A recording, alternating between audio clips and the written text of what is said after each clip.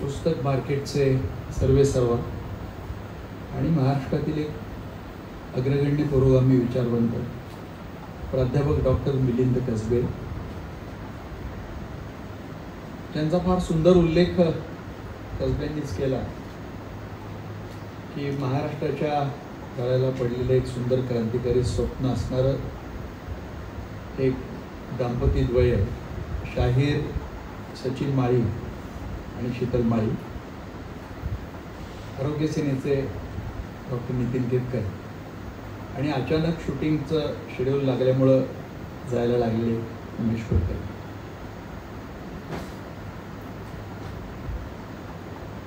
पंचवीस वर्षानंतर शलोम हे ऑडिओ रूपात येईल असं मला वाटलं नव्हतं, पण काळाप्रमाणे बदललं पाहिजे हे मानणाऱ्यातला मी आहेच. आरोग्य सेनेच्याही कामामध्ये आम्ही फार सुरुवातीच्या काळापासून अत्याधुनिकता आणलेली आहे. म्हणजे ज्या काळामध्ये स्लाइड, प्रोजेक्टर ह्या गोष्टी खूप अपवादानं वापरल्या जायच्या, तेव्हा खेडोपाड्यांमध्ये हाताने स्लाइड्स फिरवायचं प्रोजेक्टर घेऊन आम्ही आरोग्य सेनेचं प्रशिक्षण गावागावातल्या लोकांना देत पिडलेलो आहोत. आरोग्य सेनेच्या वैद्यकीय कामामध्ये देखील जेवढी आधुनिकता आणता येईल तेवढं आधुनिकता आणायचा सातत्याने आम्ही प्रयत्न केला. आधुनिकतेची गंमत अशी आहे की मी अनेक दशकं ही गोष्ट पाहत आलो. धर्मांध प्रवृत्ती आणि प्रतिगामी प्रवृत्ती आणि दहशतवादी प्रवृत्ती या सर्वात जास्त आधुनिक उपकरणांचा आणि साधनांचा वापर करतात.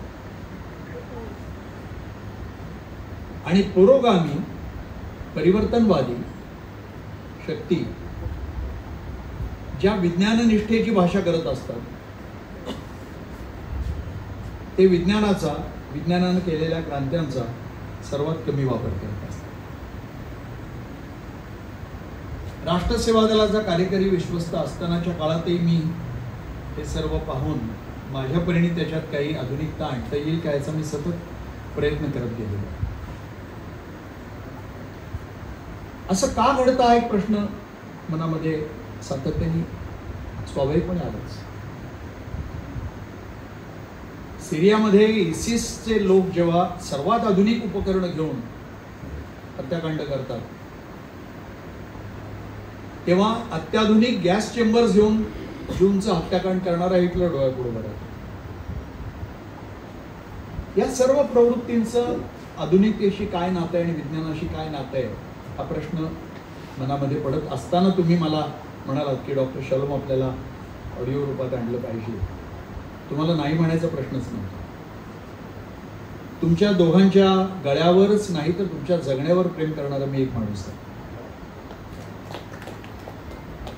तुमच्या जगण्याची वाटचाल, त्या वाटचालीतला जो एक रोलर कोस्टर राईड असतो ना, तुम्ही पाहिलेला आहे,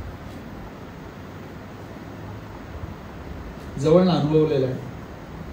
तुम्ही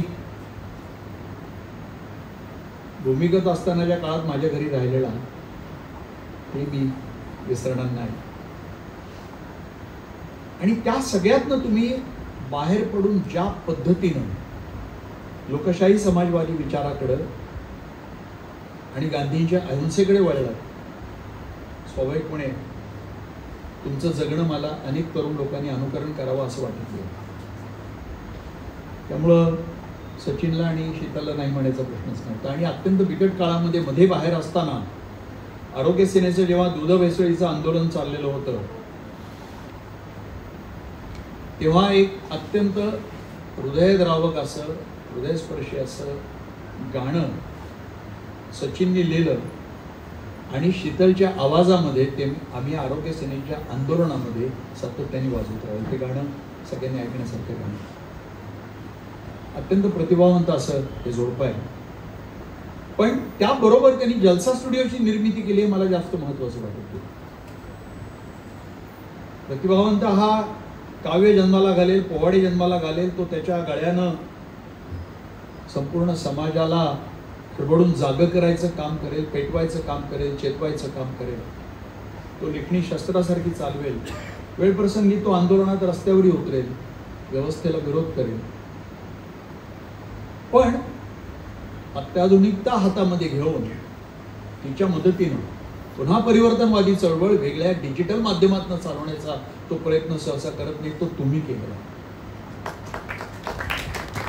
आणि म्हणून तुम्ही ऑडिओ बुक हे हातामध्ये घेणं हे माझ्या दृष्टीने खूप महत्त्वाचं होतं. तुमचा स्टुडिओ खूपच छान. माझं त्या सगळ्या काळामध्ये रात्री उशिरा मी पोचायचो आणि गेलो की एका विशिष्ट पद्धतीनं पुस्तक त्याच्यावर मला ठेवावं लागायचं आणि वाचन सुरू करावं लागायचं. आणि जमेल तसं वाचन करत होतं. एवढं मोठं पुस्तक वाचून होईल का? मुळात पहिल्यांदा मी तुमच्याकडे आलो ते पुस्तक देण्यासाठी आलो की हे ठीक आहे, आता ऑडिओ करताय नाही माझं पुस्तक. तुम्ही म्हणलं डॉक्टर जरा एक पान वाचा बरं. तुमचा तो सापळा माझ्या लक्षात आला नाही आणि मी अनावधानानं खुर्चीवर बसलो आणि पान वाचून गेलो आणि तुम्ही म्हणलात आम्हाला वाटतं तुमच्याच आवाजात करावं. आता उमेश कुलकर्णी म्हणले की बा ते चांगलं झालंय. त्यांच्यासारखा माझा फार लाडका चित्रपट दिग्दर्शक आणि निर्माता आहे. म्हणजे वळू देऊळ असेल, वीर असेल, अत्यंत प्रतिभावंत असा आणि परिवर्तनवादी पुरोगामी विचारांचा असा हा चित्रपट निर्माता दिग्दर्शक आहे. त्यांनी काही चांगलं म्हणणं त्या पुस्तकाबद्दल ते महत्त्वाची गोष्ट. फक्त एक आठवण सांगायला हरकत नाही की प्रकाशनाच्या पहिल्या वेळेला या प्रकाशनाच्या कार्यक्रमाला वसंत बापट, प्राध्यापक गप्र प्रधान, श्रीराम लागू ही मंडळी होती.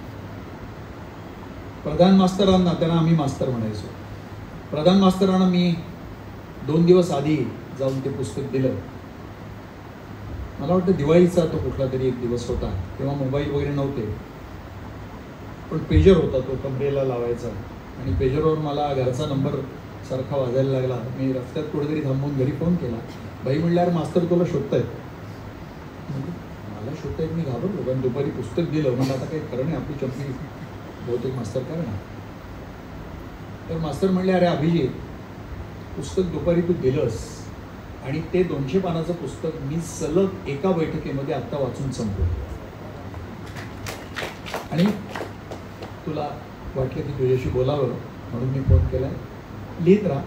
लिहिणं झालं नाही ते सोडून देऊ, कारण इतक्या अगणित व्यापांमध्ये आणि आरोग्य सेनेच्या भटकंतीमध्ये असं काय अडकत गेलो की असं काही लिखाण हे होत गेलं नाही. झालं ते चळवळीच्या निमित्ताने होत गेलं.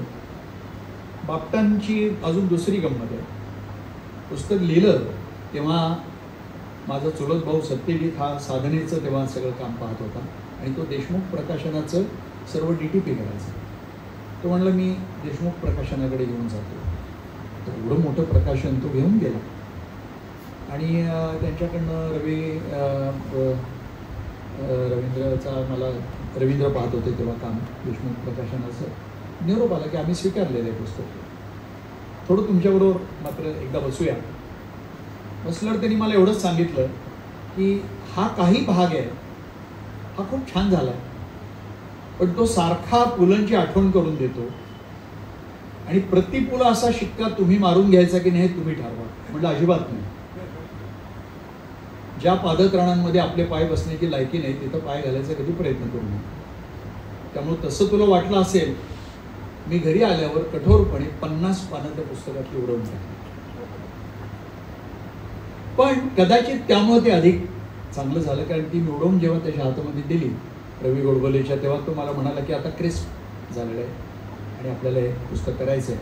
दुसऱ्या दिवशी मला बापटांचा फोन आला, अरे अभिजित ते साधनेकडनं करायचं आहे. म्हणलं मी काल त्यांच्याकडे जाऊन सगळं कबूल करून आलेलो आहे देशमुख प्रकाशनाला. अरे म्हणजे असं कसं केलंस तू माझ्याकडे पहिलं? म्हणलं घरचंच प्रकाशन आहे साधना, त्यामुळे साधनेनी माझं पहिलं पुस्तक प्रकाशित करणं कदाचित त्याच्यामध्ये कोणी म्हणू शकतं की बा डॉक्टरांचं पुस्तक घरच्या लोकांनीच प्रकाशित केलं, त्यात विशेष काय. म्हणून परका कोणीतरी करतं हे मला अधिक महत्त्वाचं वाटलं, म्हणून मी त्यांच्याकडे दिला. कार्यक्रम तो फारच छान. पुस्तक पुन्हा वाचायचं इतक्या दिवसांनी, मी तोपर्यंत ते मधल्या काळात हातात कधी घेतलंच नाही. मला भीती वाटायला लागली की बा कदाचित, कारण मी स्वतःचा प्रचंड मोठा टीकाकार आहे. मी तुकोबा म्हणतात की टीकाकाराचं घर असावं शेजारी तर माझं निंदकाचं घर माझ्या घरातच आहे, आतमध्येच आहे, आणि दुसरं घर इथं बसलेलं आहे. त्यामुळे तिला पुस्तक वाचायची इच्छा झाल्यावर ते मला विशेष वाटलं, कारण बायकोलाही वाटते पुस्तक वाचावं. तर नाहीतर बायको म्हणू शकते की बा काय ते लिहून आपलं उगीच तू ठेवलंय, असं होऊ शकतं. त्यामुळे मला भीती वाटली होती की हे वाचताना काय आपलं होईल, आणि जर असं आपल्याला वाटलं की आता याला काही अर्थ नाही, हे तेव्हा लिहिलं तर आपण यांना स्पष्टपणे सांगायचं की हे करू नका. पण वाचलं आणि असं वाटलं की नाही, या पुस्तकामध्ये या आत्ताच्या काळालाच नाही तर भविष्यातल्या अनेक गोष्टींना स्पर्श करणाऱ्या अनेक गोष्टी, आणि त्याचं कारण एक अतिशय स्पष्ट आहे. ते कारण म्हणजे हा माझा प्रवास वर्णन नाहीच आहे. आणि महाराष्ट्र सरकारचे मी फार कौतुक करतो. 2000 सालचा उत्कृष्ट ललित गद्याचा पुरस्कार त्याला दिला. मी प्रवास वर्णनाचा पुरस्कार दिला नाही. मी मला फार विशेष वाटतं. मला माहिती नाही की कोण परीक्षक त्यावेळेला हे पुस्तक पाहणारी मंडळी होती. म्हणजे मला आजही इच्छा आहे की ती नावं माहिती करून घ्यायची, की एवढं शहाणपण सरकारच्या परीक्षक मंडळात असतं हे मला फार आश्चर्यकारक होतं. रेडिओवर वाचलं गेलं. आणि मग नंतर एकदा एक आजीबाई आपल्या नातीला घेऊन आल्या, तपासलं वगैरे. मला म्हणलं डॉक्टर झालं सगळं? हो. नाही, या नातीला भेटायचं, 9वीत येतील. हे बघ, ते तुझ्या पुस्तकात धडा आहे ना, त्या धड्याचे हे लेखक हे माझे डॉक्टर आहेत. तर म्हणलं मला कळलं नाही तुम्ही काय बोललात. हो म्हणजे तिच्या 9वीच्या मराठी पुस्तकात तुमचा धडा लागलाय. मला माहितीच नाही म्हणलं. मग मुलाला पाठवला बाजारामध्ये, मराठीचं पुस्तक आणलं, आणि मग तो जो काही भाग त्याच्यामध्ये सरकारने टाकला होता, मी माझी परवानगी वगैरे घेतली आणि तो सोडून देऊ. जे काही मी लिहितो ते लोकांसाठीच असतं. आरोग्य सेनेचं सगळं लिखाणे लोकांसाठी आहे, आणि तुम्ही पुस्तकही आता लोकांसाठी देऊन टाकलेलं आहे. त्यामुळे मला त्याची चिंता मुद्दा नव्हता. पण एवढंच बरं वाटलं की निदान त्यातले त्यात बरा भाग तरी सरकारने निवडला. त्यामुळे सरकार पुन्हा काही साहित्याच्या क्षेत्रामध्ये तिथं बरी माणसं आणत असतं. चित्र आता पालटलेलं आहे. हा प्रवास जो होता तो खरं तर जागा, त्या जागांशी निगडीत असणारा इतिहास, आणि हे सगळं करत असताना ती जी काही मला शिष्यवृत्ती हृदयरोगाच्या उच्च शिक्षणासाठी मिळाली होती, त्या निमित्ताने तिथली भेटलेली माणसं आणि तिथली मराठी ज्यू माणसं, ह्या सगळ्यांशी सतत होत गेलेला संवाद, ह्याच्यातनं विणलेलं एक चिंतन. प्रवास वर्णन हा खरं तर त्या रस्त्यामध्ये भेटलेले ते निन्याय मैलाचे दगड, ती ठिकाण हे मैलाचे दगड आहे. पण त्या निमित्ताने माझ्या मनामध्ये अनेक प्रश्न येत गेले. अनेक प्रश्नांची उकल करण्याचा मी प्रयत्न करत गेलो, आणि म्हणून मला वाटलं की हे लिहिलं पाहिजे. हे लिहिताना इस्रायल आणि तिथला ज्यू समाज वगैरे असं काहीतरी खूप जडजंबाळ नाव देऊन ते लिहिता आलं असतं. पण असं वाटलं की तसं करूच नाही. मी वाटचाल करत होतो, मी पाहत होतो, मी इस्रायलमध्ये माणसांना भेटत होतो, इस्रायलमधल्या ठिकाणांना पाहत होतो. ती पाहत असताना इतिहास समजून घेत होतो, आणि त्या इतिहासाशी निगडीत असं सगळं काही पाहण्याचा प्रयत्न करत होतो, त्याच्यावर विचार करत होतो. तोच आपण कागदावर लिहिला पाहिजे. कारण नाही तर नुसतं प्रवास वर्णन हे लिहिण्याचा एक फार वेगळा फॉर्मॅट अनेकांनी वापरलेला आहेच. तो काही आपण अंदाज पडून असं वाटून गेलं. कुठल्या प्रश्नांचा शोध मी घेत होतो हा खरा मुद्दा आहे, आणि आजच्या काळाला त्यातली प्रत्येक गोष्ट ही लागू पडते असं माझ्या लक्षात येतं. त्याच्यातला एक सगळ्यात महत्त्वाचा मला पडलेला त्यावेळेसचा प्रश्न असा आहे की एखादं राष्ट्र हे धर्माच्या आधारावर उभं राहू शकतं. आणि इस्रायलचा उल्लेख हा सातत्याने ज्यू राष्ट्र असा केला गेला.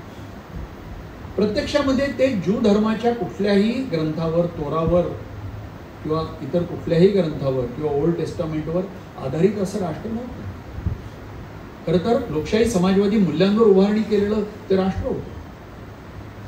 त्या राष्ट्राचे जे निर्णय संस्थापक आहेत त्याच्यामध्ये बेन गुरियन ही जी एक फार मोठी व्यक्ती, त्यांच्या घराला जेव्हा भेट दिली तेव्हा त्यांच्या शयनगृहामध्ये त्यांच्या बेडच्या समोर एकच तस्वीर होती, आणि ती होती महात्मा गांधींची. किबुट्स हा लोकशाही समाजवादाचाच एक प्रयोग, थोडा त्याच्यामध्ये साम्यवादाची जात होती, त्यामुळे कदाचित तो तेवढा यशस्वी होत गेला नाही आणि तो अस्तंगत होत चाललेला मी पाहिला, पण तो लोकशाही समाजवादी प्रयोगच होता. मग अशा इस्रायलमध्ये धर्मावर राष्ट्र उभं करण्याची भाषा वापरली जाते आणि काही लोक त्याला धर्मावर आधारित अशा राष्ट्राचं स्वरूप देण्याचा प्रयत्न करत आहेत. हे शहाणपणाचं आहे की नाही? राष्ट्र धर्मावर उभं राहिलं पाहिजे की नाही? का राष्ट्र हे सर्व धर्मांच्या, सर्व पंथांच्या, भाषांच्या लोकांवर उभं राहिलं पाहिजे, सर्व अनेक संस्कृतींच्या लोकांवर उभं राहिलं पाहिजे, असं मला प्रश्न पडत गेला आणि मला वाटत गेलं की दुसरं उत्तरच अधिक बरोबर. आणि 25 वर्षांनी भारतामध्ये धर्मावर राष्ट्र उभं करण्याची भाषा वापरली गेली. ती यशस्वी होते की काय असं वाटायला लागलं आणि बरोबर त्याच वेळेला या देशातल्या गोरगरीब जनतेने अशी एक थप्पड मारली की त्या जनतेने दाखवून दिलं की आम्ही अशिक्षित असू पण आम्ही मूर्ख नाही, आम्ही अडाणी आहोत पण आम्हाला लोकशाही आणि स्वातंत्र्याचं महत्व कळतं, आम्ही कदाचित धर्माळू असू, आम्ही श्रद्धाळू असू, पण आम्हाला धर्मांतांच्या जोखडामध्ये अडकायची इच्छा नाही. पण मधला काही काळ जो होता तो खूप चिंतेचा होता. अर्थात चिंता घेऊन आम्ही घरी बसलो होतो, आम्ही आमच्या तलवारी घेऊन लढत होतो, सातत्यानं त्या प्रत्येक गोष्टीच्या विरुद्ध प्रहार करत होतो, निर्भयपणे प्रहार करत होतो. हा पहिला प्रश्न. दुसरा अत्यंत महत्वाचा प्रश्न म्हणजे की जग हिंसेकडे का वळते आणि माणसाला हिंसा इतकी जवळची का वाटते? का माणसाचा मूलभूत जो काही DNA आहे तो हिंसेचाच आहे आणि मग त्याच्यावर संस्काराची कलम करून त्याला अहिंसेकडे न्यावं लागतं? का माणूस मूळचाच अहिंसक आहे आणि मग चुकीची कलम होऊन तो हिंसेकडे जातो? माणूस हिंसेकडे का वळतो? मग समाज हिंसेकडे का वळतो? एखादा देश हिंसेकडे का वळतो? आणि अनेक नेते समाजाला आणि देशाला हिंसेकडे का घेऊन जातात? हा प्रश्न त्यावेळेला पडला, पण तो इस्रायलमधली ज्यू मंडळी पाहून पडला नाही, तर त्या ज्यूंचं जे हत्याकांड हिटलरनं केलं त्याचं जे होलोकॉस्ट म्युझियम आहे, वंशच्छेदाचं जे संग्रहालय आहे, त्या संग्रहालयाला भेट दिल्यावर तो प्रश्न पडला. मन आक्रंदून गेलं की एका देशाचा राष्ट्रप्रमुख असं करू शकतो, अशी तत्वज्ञानाची मांडणी करू शकतो की एखाद्या विशिष्ट वंशाचा, वर्णाचा, धर्माच्या लोकांचा आपल्याला पूर्णपणे वंशच्छेद केला पाहिजे, त्यांना नष्ट करून टाकलं पाहिजे अत्यंत क्रूरपणे. मग त्याच्यामध्ये लहान नार्भका असतील, बालकं असतील, म्हातारे असतील, स्त्रिया असतील, याच्याशी मला काही घेणं देणं नाही, मला त्या माणसांचा निपात केला पाहिजे, अशी भावना त्याच्या मनात निर्माण होते. आणि ती भावना नुसती निर्माण होत नाही, तर जर्मनी सारख्या देशातला, ज्या देशाने इतके दिग्गज दिले, फ्रॉइड दिला, आइन्स्टाईन दिला, कार्ल मार्क्स दिला, आणि त्याच्या आधी इमॅन्युअल कांट सारखे तत्वज्ञ दिले, अशा जर्मनीतला समाज या हिंसेच्या तत्वज्ञानाच्या बाजूने उभा राहतो, तो त्याला विरोध करत नाही. पण हे घडतं कसं? हे घडणं थांबवता येईल का इतिहासामध्ये? समाजाला हिंसेकडनं अहिंसेकडे नेता येईल का? हिंसेचं तत्वज्ञान घेऊन नेते जन्माला कसे येणार नाहीत हे पाहता येईल का? आणि एखादं राष्ट्र आपला पाया हिंसेच्या आधारावर उभं कसं करणार नाही हे पाहता येईल का? हे प्रश्न पडत गेले. त्याचेही उत्तर शोधण्याचा मी प्रयत्न करत गेलो. गंमत बघा, हे सगळं मांडलंय 25 वर्षांनी. आज एका बाजूला युक्रेन आणि रशियाचं युद्ध ज्या पद्धतीने चाललेलं आहे ते, आणि गाझा पट्टीमध्ये जे हत्याकांड नेतान्याहू माणसाच्या अत्यंत लबाड, भ्रष्ट अशा हिंसक माणसानं कसं मांडलं. मगाशी चहाच्या तिथं मला हे म्हणाले की डॉक्टर गाझाला आपल्याला जायचं. म्हणलं जरूर, आरोग्य सेनेचं पथक घेऊन गाझाला जायला मला आवडेल आणि मला खात्री आहे की माझे आरोग्य सेनेचे सैनिक माझ्या बरोबर येतील. पण गेल्या वर्षी पुराच्या वेळेला पाकिस्तानला मदत करायला जाण्याची फक्त कल्पना मनात आली आणि ती कल्पना घेऊन पाकिस्तान मधल्या काही समाजसेवी संस्थांशी संपर्क साधला. एवढ्यावरनं माझ्या मोबाईलवरनं सरकारनं सगळं शोधून काढलं आणि माझी ATSची चौकशी. म्हणजे मानवतेचा दिवा घेऊन देखील जायला बंदी घालायला लागली माणसं. मग हाही प्रश्न पडला की अखंड भारताचं तुम्ही जे स्वप्न मांडताय हे नक्की कसलं स्वप्न आहे. म्हणजे आपलाच एक काळचा असणारा तुकडा, आपलेच बांधव आहेत, त्या पाकिस्तानचा जवळजवळ त्यावेळेला 50-60% भाग पुराखाली गेलेला होता. आसामच्या पुराचं काम करून आम्ही नुकतेच परतलेलो होतो. इंडो पीस ग्रुप असा आमचा एक ग्रुप आहे, जागतिक ग्रुप आहे तो, त्याच्यावर माझं नाव आहे. अनेक जण त्याच्यावर टाकत होते की चांगल्या संस्थांनी पुढे यावं आणि कोणीतरी अमेरिकेतनं टाकले की आरोग्य सेनेने विचार करायला हरकत नाही पाकिस्तानात पथक घेऊन जाण्याचा. आणि आम्ही विचार केला, आम्हाला बंदी घालण्यात आली. त्यासाठी ATS कडनं माझी चौकशी करण्यात आली. आता गाझाला जायचं म्हणलं तो काय होईल. आता आम्ही पाय मागे घेणार ती माणसं नाही होत, हा भाग वेगळा आहे. प्रश्न असा आहे की हे काय तत्वज्ञान. आपल्याही देशामध्ये बघा, गेल्या निवडणुकीमध्ये पराभव समोर दिसायला लागल्यावर देशाचे पंतप्रधान आपल्या विषयाच्या विहिरीच्या विहिरीरित्या करत होते. एक गोष्ट त्या माणसानं सोडली नाही, या समाजामध्ये विद्वेष भडकवण्याची सर्व तऱ्हेचे प्रयत्न केले. म्हणजे बाकी EVM, निवडणूक आयुक्त हाताशी धरणं, ED, CBI, विरोधकांचे सगळ्यांचे आवाज चिरडून टाकणं, सगळी माध्यमाचे गळे दाबून टाकणं, हे तर केलंच सगळं.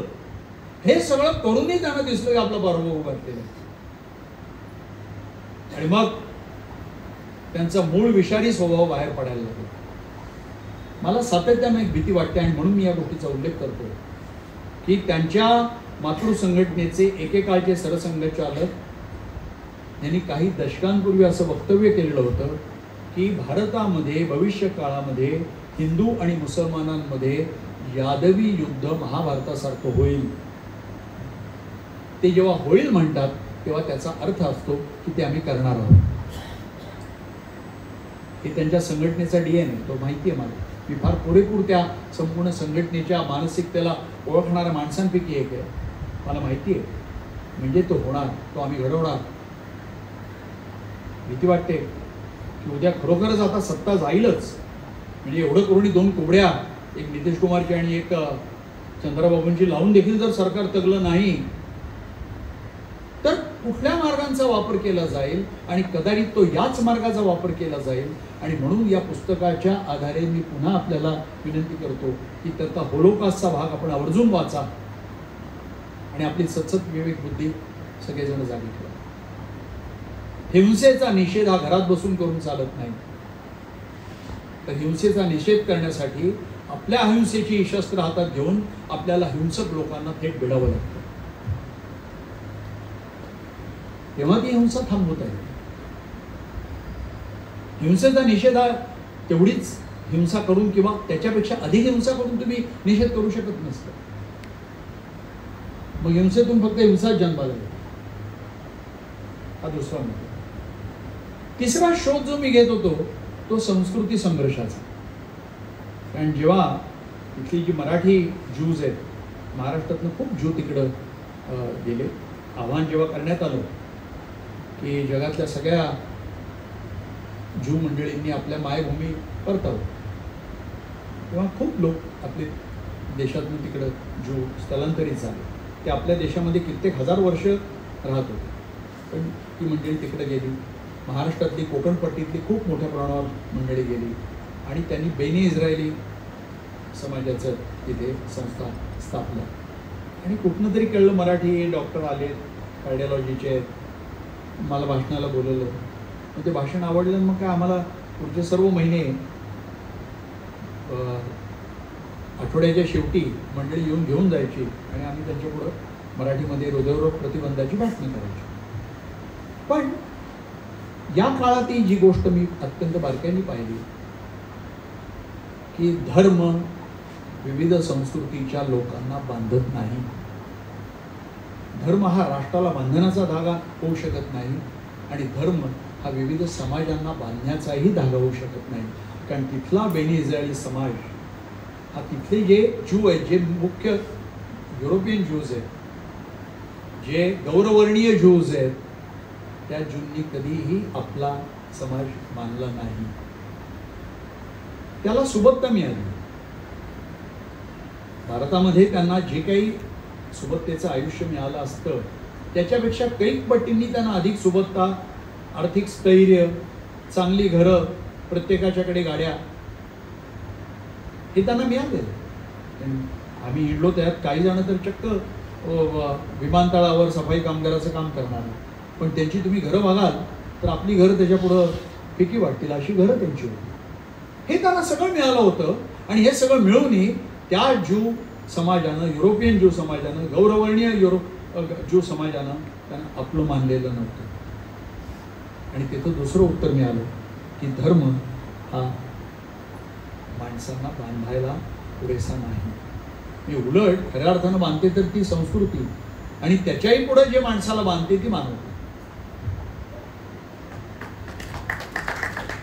मानवतेचा धागा मला तुम्ही सांगा की कुठल्या समाजाला बांधत नाही. तो समाजाला काय घेऊन बसला तुम्ही? तो या पृथ्वीवरच्या अखिल प्राणी मात्रांना बांधून टाकतो. तुम्ही तो तुम्हाला झाडावेलींना बांधून टाकतो. तो तुम्हाला पृथ्वीवरच्या प्रत्येक जीवजंतूला बांधून टाकतो. मानवतेचा धागा हा माणसाच्याही पलीकडे जाणारा धागा असतो. धर्माचा धागा तसा जात नाही. हे मला तिसरं सत्य तिथे लक्षात आलं. गाझापट्टीमध्ये जवळजवळ 40,000पेक्षा आता जास्त माणसं मारली गेली. हे अधिकृत आकडे. त्याच्यातली 20,000 बालक आहेत. हमासच्या अतिरेकी हल्ल्याचा आणि हमासच्या दहशतवादी वर्तनाचा प्रथमपासून निषेध केलेल्यांपैकी मी एक आहे. पण एखादी दहशतवादी संघटना जेव्हा एखाद्या देशामध्ये दहशतवादी कृत्य करते तेव्हा ती दहशतवादी संघटना ज्या समाजाची आहे त्या संपूर्ण समाजाचा विच्छेद करण्याचा निर्णय एखादा देश घेतो याची इतकी दुर्दैवी गोष्ट नाही. पण मला त्याच्यामध्ये एक प्रकाशाचा जो काही किरण मला दिसत आहे, जगभरातले ज्यू, विशेषतः तरुण ज्यू आणि इस्रायलमधले देखील ज्यू हे नेतान्याहूंच्या विरोधी सातत्यानं रस्त्यावर उतरलेले आहेत. पण त्यांचं जे काही निषेध आहे तो आपल्याला दिसत नाही. का दिसत नाही हा प्रश्न सातत्यानं पडतो. आणि मग लक्षात यायला लागतं की अमेरिका नावाचा एक देश अब्जावधी डॉलर्सची मदत युक्रेनला रशियाच्या विरुद्ध लढण्यासाठी आणि इस्रायलला गाझापट्टीतल्या, हमासचं नाव आहे पण गाझापट्टीतल्या जनतेच्या विरुद्ध लढण्यासाठी पुरवतो. तुम्ही जर ते बायडेन हा तर खरं तर डेमोक्रॅटिक पक्षाचा अध्यक्ष आहे, शरम वाटते. बायडेननी पाठवलेले मदतीचे जर आकडे काढले आणि पाठवलेल्या शस्त्रास्त्रांच्या किमती काढल्या तर असं म्हणलं जातं की अमेरिकेतल्या जनतेला पुढची 25 वर्ष शिक्षण आणि आरोग्य हे मोफत देता येईल. आणि अमेरिकेमध्ये आरोग्य अत्यंत महाग आहे आणि शिक्षण अत्यंत महाग. पण भांडवलशाहीवर आधारलेली ती संपूर्ण समाज व्यवस्था आहे. मग प्रश्न पडतो की अशा देशाचा जो जगातला एक अत्यंत मोठा, बलाढ्य पण लोकशाही देश आहे, त्या देशाचा लोकशाही शब्द असणाऱ्या पक्षाचा राष्ट्राध्यक्ष हा या हिंसेसाठी एवढी मदत का करतो? आणि मग कोणीतरी हळूच सांगतं की अहो, जगातले जे शस्त्रास्त्रांचे कारखाने आहेत ते कसे चालणार. आणि गंमत अशी की या बऱ्याच शस्त्रास्त्रांच्या कारखान्याचे मालक आहेत ते ज्यूज आहेत. म्हणजे अमेरिकेतल्या राजकारण्यांची हिंमत नाहीये त्या एवढ्याशा काही जिल्ह्यां एवढ्या आकाराच्या इस्रायल नामक राष्ट्राला सांगायची की शांत व्हा, थांबा, बंद करा आता युद्ध. काय हमासचे अतिरेकी असतील तर आम्ही तुमच्या बरोबर घुसू आतमध्ये आणि त्यांना शोधून काढू आणि त्यांना योग्य ते शासन करू. पण 23 लाख लोकांना 350 किलोमीटरच्या फक्त पट्ट्यामधली ही माणसं आहेत. त्या 23 लाख लोकांचं जीवन इतकं नरक आहे हत्यांच्या पातळीवर नेऊन ठेवण्याचा तुम्हाला अधिकार नाहीये. हे थांबवा. सांगत नाहीयेत. मदतीच्या मागे मदत पुरवतात. जग असं युद्धाच्या खाईमध्ये लोटलं जाईल असं जर मला कोणी काही वर्षांपूर्वी सांगितलं असतं तर मला खरंच नसतं वाटलं. कारण युव्हाल नोआ हरारीची पुस्तकं आम्ही वाचली आणि त्यांनी त्या पुस्तकांमध्ये असं लिहिलं की जगामध्ये आता संसर्गजन्य रोगांच्या साथी ही एक गोष्ट विज्ञानामुळे संपणार आहे आणि जगामध्ये आता याच्या पुढं अणुबॉम्बच्या भीतीमुळे युद्ध होणंही थांबणार आहे आणि जमिनीवरची युद्ध होण्याची शक्यता नाही. या दोनही युद्धांना आपल्याला दाखवून दिलेलं आहे. अणुबॉम्ब घरी ठेवले, कोणालाही अणुबॉम्बची भीती वाटत नाही आणि हाताला लागेल ती शस्त्र घेऊन 2 समाज 2 राष्ट्र एकमेकांचा अत्यंत हिंसक क्रूर असा संहार करतात. मग प्रश्न असा पडतो की हिंसा ही जगाच्या DNA मध्ये पेरली गेलेली गोष्ट आहे का? ही दर काही काळानं बाहेर पडतच राहणार का? मग ही बदलण्यासाठी आपल्याला काय करता येईल? फक्त गांधी साहेब भागेल का? कदाचित याच्या पलीकडे अजून काही तत्वज्ञानाची आपल्याला पातळ्या गाठाव्या लागतील हा प्रश्न पडतो.